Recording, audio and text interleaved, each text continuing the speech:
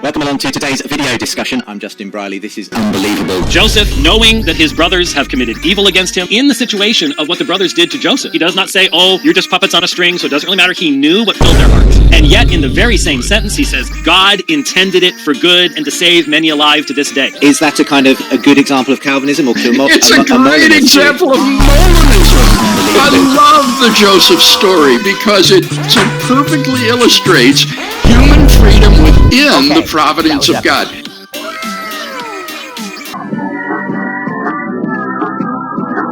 When I go to Ephesians 1 and I talk about the kind intention, that which is pleasing to him of his will, everything that takes place, he's worked all things after the counsel of his will.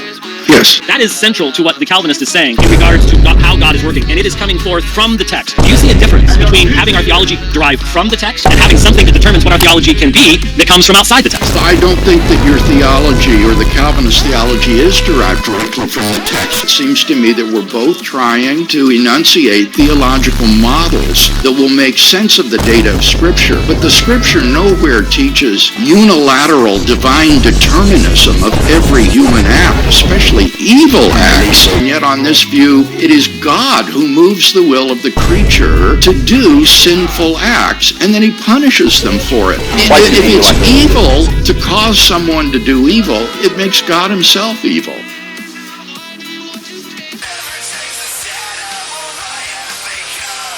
You said that the whole history of the world, up to the point of a human decision, is taken into consideration in the decree. Yes. And my point is that the gifts that are given to me, when I'm going to live, what my intelligence level is going to be, who my siblings are, they are part of the decree that God has made for me. So I challenge the idea that there is a essence of James White that exists outside of God's decree to make James White, because it sounds to me like you're saying who I am is not the result of the expression of God's freedom. It was something God knew, but how he knew we don't know.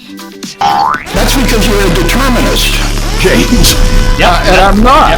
Okay. I think that you could have been very different. It's not about an essence of James White. You might have been born in another country. You might have had different hair color, a different weight, different education. You might be speaking a different language rather than English. There's an indefinite number of possible worlds, which could include James White in them. And what I'm saying is that God doesn't determine that James White does evil in any of the circumstances in which he might exist. He's going to let James White decide for himself what he would do.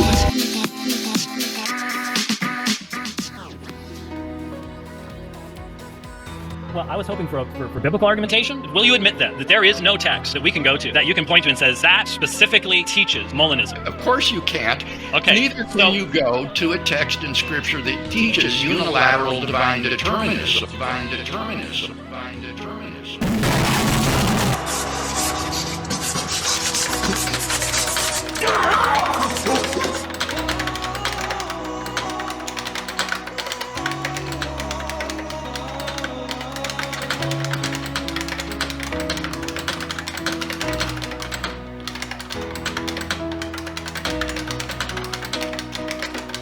Please go like all my videos.